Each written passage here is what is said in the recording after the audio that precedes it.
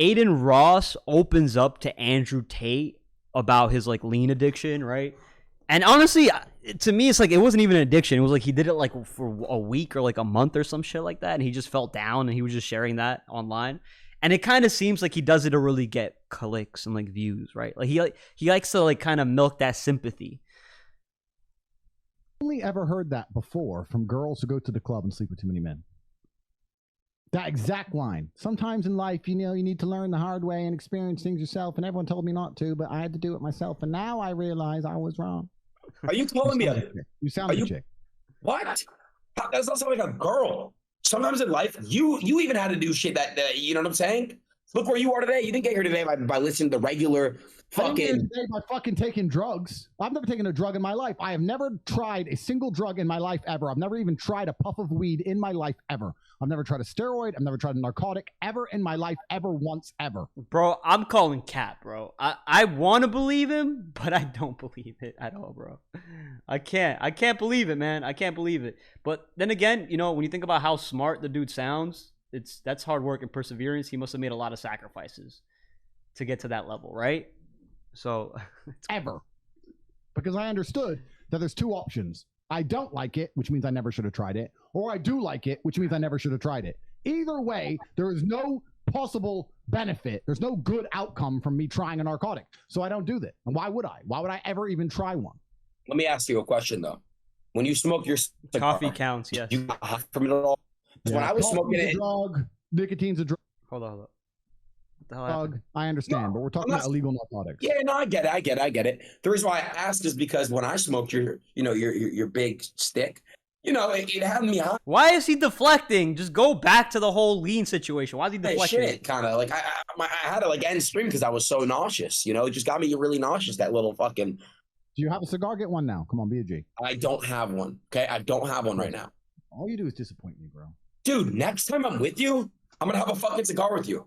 By the way, okay, let's get on fucking track here. I can't tell if this is like a big brother talking to like a little bro or like a father talking to his son, bro, about like his addiction. That's kind of what this is playing out to be like. You stop being a drug addict. I get out of jail. Can we just speak for the people, myself, real quick, and you give advice really quick on for addicts, for anyone that's suffering a drug addiction right now, whether it's a pill, a fucking heroin, lean, which is liquid heroin, just any drug addiction. How does one redeem themselves? Like myself, please. They have to find the willingness to survive, right? So it means you have to go through some deep, dark shit most of the time. Most of the time, like when you're real, like a true addict, where you've done it for like years, your family's disappointed, and you still don't care. Like you pretty much just see yourself kind of dying and fading away slowly soon. Like that's the level that I've like heard most addicts go through to really be able to redeem themselves. They want that little light inside of them, that spark. They want to live. They want to survive. So you need to really want to embrace life. That's how you really beat an addiction, right? Or when it's something as strong as that, you need to really embrace life. I think a lot of times you take you like replace or you get yourself in a drug induced state to avoid something. Right? A lot of times it's not of, oh, I've earned this, but you're trying to avoid something. You're trying to avoid kind of like being yourself to a certain extent. Or maybe it's not really working. Like it's almost like, for example, like when Adin Ross talks about taking lean, he talks about it because he wants to avoid going to the gym. He wants to avoid doing hard work, right? You need to do what you're supposed to do. Or maybe it's like a lot of his circle around him. Maybe he's like he doesn't trust people. You know, like maybe he's down some shit. I don't know something he's going through, but he's trying to avoid it instead of facing it on head forward, right? As to our post. Andrew Tate, yeah, he does drugs. What does he do? Coffee and cigarettes. Yo, I'm not going to lie. The combination of coffee and cigarettes make him look like a complete badass, which helps his reputation, helps his brand, helps his image. But minus the cigar smoking, the coffee really does stimulate your mind. And if you use it as a tool at the right moments throughout your day, it makes a huge impact and a huge difference. I'm going to be honest. So that's the difference between like a good addiction and a bad addiction, I guess, and how you can kick bad addictions. How do I redeem myself for doing it? Because I do feel stupid about it, and I want to redeem myself for it. I want to give back, and I want to help addicts around the world. That's the truth. Well, have you learned a lesson? What lesson have you learned? I'm never doing it ever again. Any drugs or only that drug? Why would I need to do drugs? The only thing I'll ever do is drink alcohol. I haven't even deserved that yet. I'm really just more sophisticated on my health again for the first time. You know, in the movie The Matrix, where Neo has a bald head like me. Yeah. And then when he goes back into the Matrix, he has hair. And they ask, why do you have hair inside the Matrix? And he said, because that's your self-projection. That's how you see yourself and imagine yourself inside of the Matrix. You know what I'm talking about? Yeah, of course. I think that everybody should have a self-projection. You have to imagine how you see yourself. And if you see yourself as a superhero and an extremely disciplined and hardworking person who achieves everything he's ever wanted in life and does amazing things, you have to understand that you're not going to be able to do that on drugs. So you need to have a mental projection in your mind of who you think you can be and who you want to be. And if that person's a drug addict, then go be a drug addict. But if that person is an extremely successful, extremely hardworking, extremely intelligent, extremely respected individual, he's probably not going to be doing drugs. A lot of this is about your self-image. I don't know how you took drugs without feeling deep shame. You should have drunk that cup and instantly felt terrible, not because of what the narcotic did to you, because of who you were acting like. Where's your duty? Where's your shame? Where's your self-inflicting morality? Where's your pride? You just sat there and just took the drugs and didn't give a fuck. You see, that's the thing with like addiction that Andrew Tate is pointing out a lot, is that a lot of people, when they do the drug, the more and more and the more they do it, they've built a habit, right? They've built that habit that makes them essentially addicted, and then they don't feel shame. Like they just fucking deteriorated in their brain. That's why bullying is important for like these kind of, like I would assume, at least for me, bullying would be very important, because I need to reinvigorate like that sense of like shame. Like I need to understand that I need to feel shame. I must feel shameful. That way I would want to change, right? And that's what I see with a lot of addicts when they reach that like level, that state of their life where it's like, yo, like I know I'm gonna die. It's like the only reason why you would want to avoid dying is to live, is to breathe, right? So that's that little spark they find. And a lot of them, you know, they turn to religion, to faith. That also has like a strong way of bringing people back or making them want to live. That's the problem with all of this shit, and it's the problem for all these addicts. If you want to wake up and say, what kind of man am I? Am I a drug addict? Well, then go be a drug addict. What kind of man am I? Am I a man who has control of his life and control of his mind? Then I'm not a drug addict. You have to make a decision. Black coffee, yes. I just don't understand how you even took it in the first place. I can't fathom, with all my massive computation in my mind, as smart as I am, I can't work out why you thought that was a smart thing to do. Or why it was worth doing, or why you continued to do it. I don't understand. I'm genuinely asking you in a non-patronizing way, not trying to make fun of you. I don't understand. Make me understand. Did it feel good? Yeah. Hell What yeah. did it feel like? What did it feel like? Shit, bro. I poured it before, put some ice in that bitch. It was nice. But listen, I'm not gonna lie. It wasn't worth it in the long run. I got off my fucking journey. Fuck, bro. That shit was just, it was bad. You know, that shit's really, really fucking bad, bro. And honestly, rappers that, you know, I think he realized how much he started to like it. That's what he's trying to say. doing their videos and shit, that I look up to rappers, you know, I looked up to What rappers. did it feel like? Oh my God, the sensation. I don't want to promote it. It feels good in the moment, bro. It does, but the next day you feel like complete shit. Complete shit. Is that your default emotion, that you want to feel good? If someone were to say to you right now, you can choose any emotion from the menu, would you choose happy or good? Yes.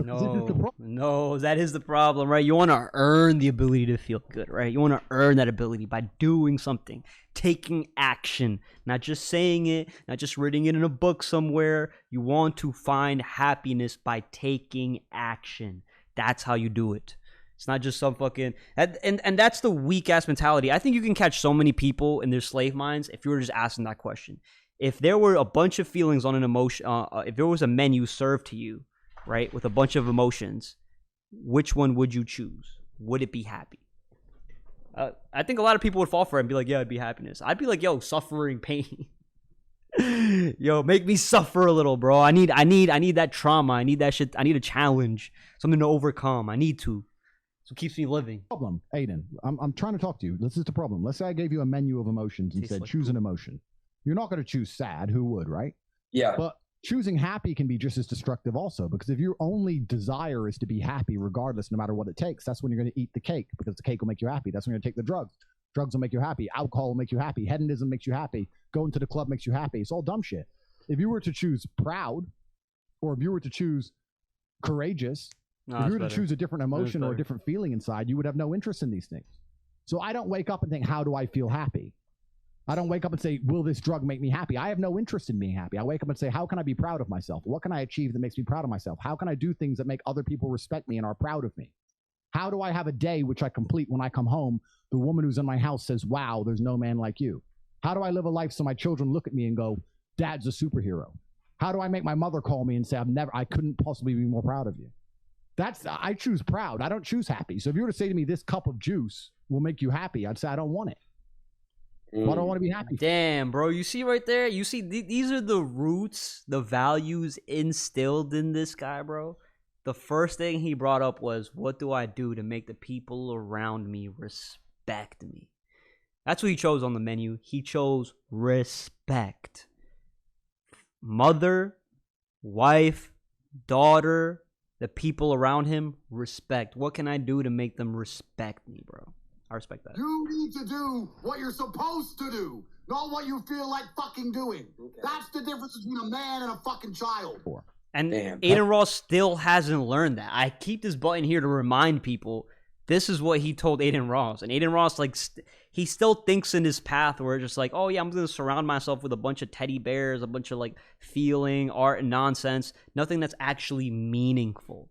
That's why he turns towards the whole, like, gay jokes, right? I'm not trying to knock him down, but, like, that's why, like, it's a little bit of a cringe content. It keeps a guy from never growing up. Right, and he gets paid millions.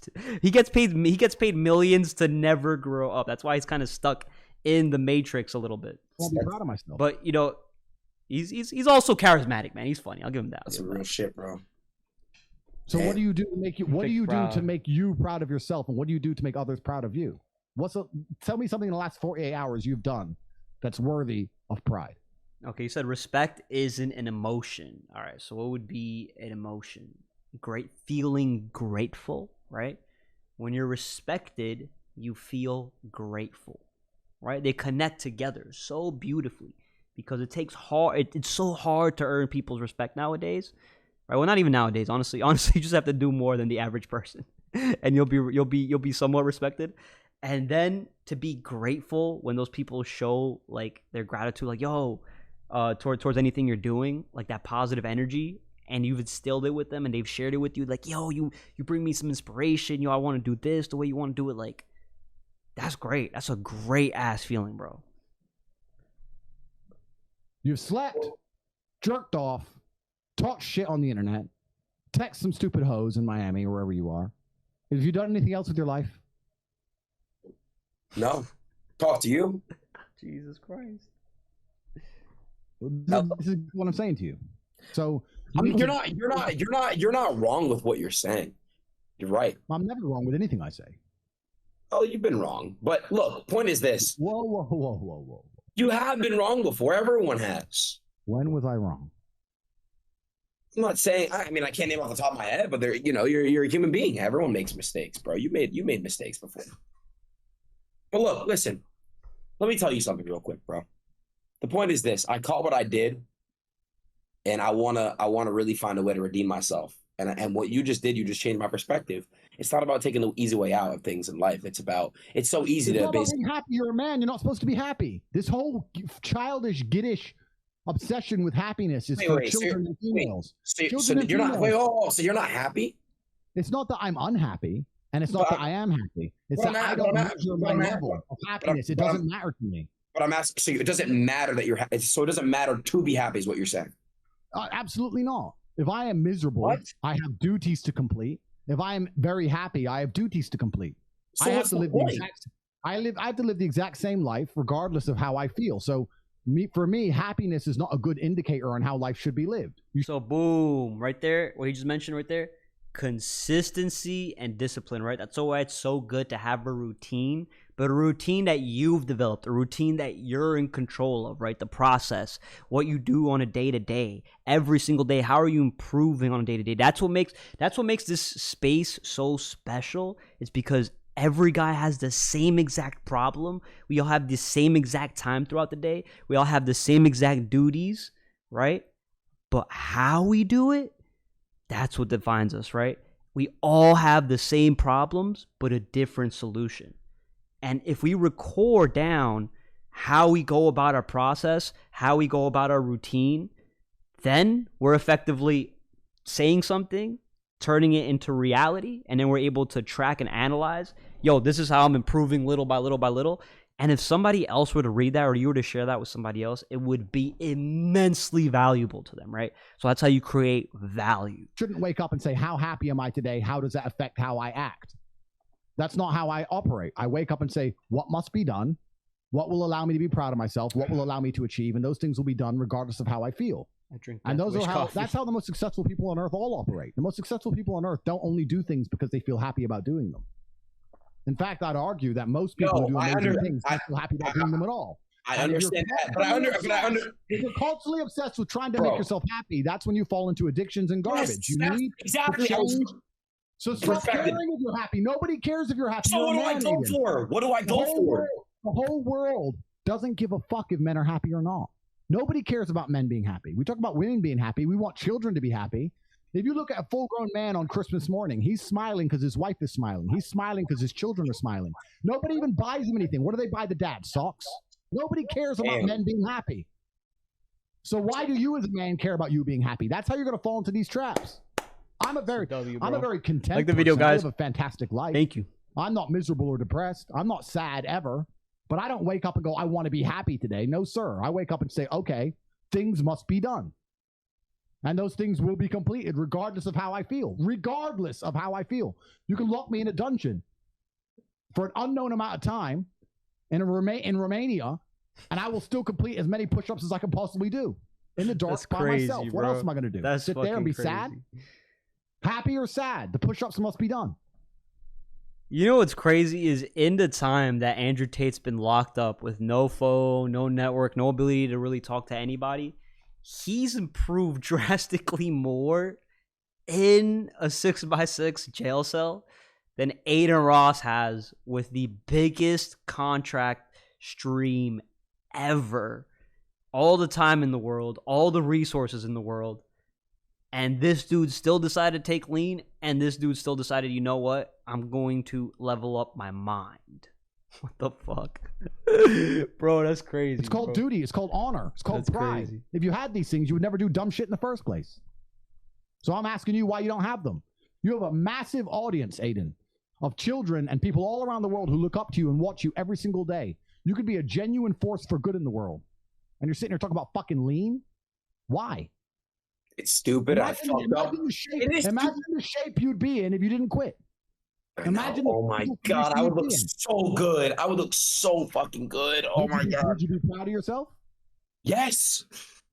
Yes. If I didn't stop. Yes. And that's why all these. And you know what's funny? The funniest thing, the most ironic thing about all of this, is that if you don't prioritize happiness and you prioritize feeling proud of yourself, you end up happy by extension. I'm happy because I'm proud of myself because I have a fucking fantastic life and mansions and supercars and money, most famous man in the world, thousands of love letters a week from beautiful women, street credit in every single fucking city on earth. Of course I'm happy, but I didn't ever choose to try and be happy. If I would have chosen to try and be happy, I would have never ended up happy. Listen, I want to say one thing. You're not wrong. You're not wrong. You're not wrong. But listen, can I just say one thing? Please, one thing. Let me say one thing. You've been talking and you're not wrong. Andrew, what you just said about men aren't supposed to be happy and now you're supposed to be proud and you're supposed to wake up proud and with dignity and honor and all that stuff, I completely understand, and that's changed my perspective on things. It really did. Bro, it's like he just repeated himself though. You need to do what you're supposed to do. Adin Ross like virtue signals this, but like we want to see it, bro. And we kind of saw a glimpse of it. Him doing him shaving his head, him doing the push-ups, him doing the boxing.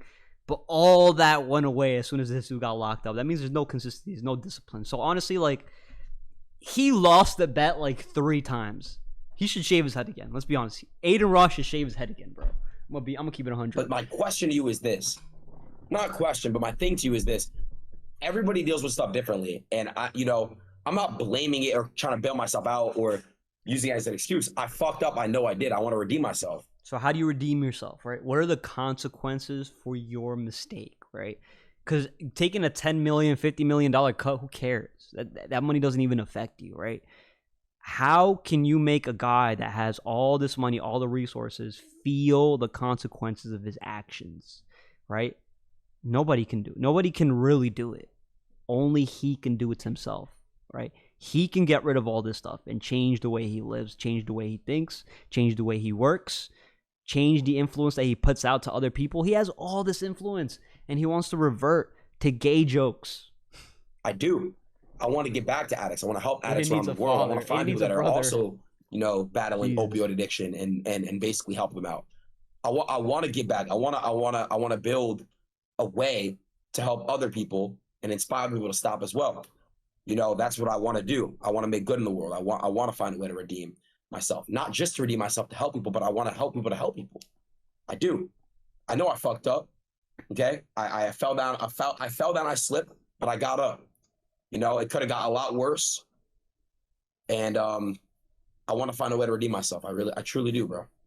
Well, if you're serious about anything you're saying, then I guess Dude's like that F-boy that's just always like, yes, I cheated, but I'm never going to do it again. I swear, I'm never going to do it again.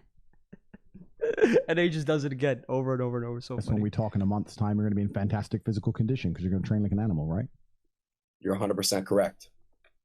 If you train like an animal, never saying out your mouth now, it's just bullshit. You want to sound good on the internet. So we're going to find out. If the next time we speak, if I'm not at least where I was before, then I have no hope. And I'm full of shit and I have no hope. That's and by the way, I'm not putting all this pressure on me for no reason, bro. And okay, honestly, if you're watching this, all right, I hope Adin does make the change. But regardless of, this conversation is so important, right? So that's where I'll give him. That's where I'll give him the value points, right? Is him being open and honest and saying all the things he's saying and basically digging into Andrew Tate's mind, because these conversations are very, very interesting, and they would actually help a lot of red pill dudes that are very like enraged and they don't know like their source or like how they beat these addictions.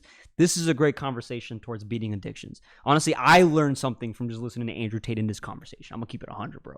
I hope y'all learned something too. Should I keep reacting to this? I'm done with this one.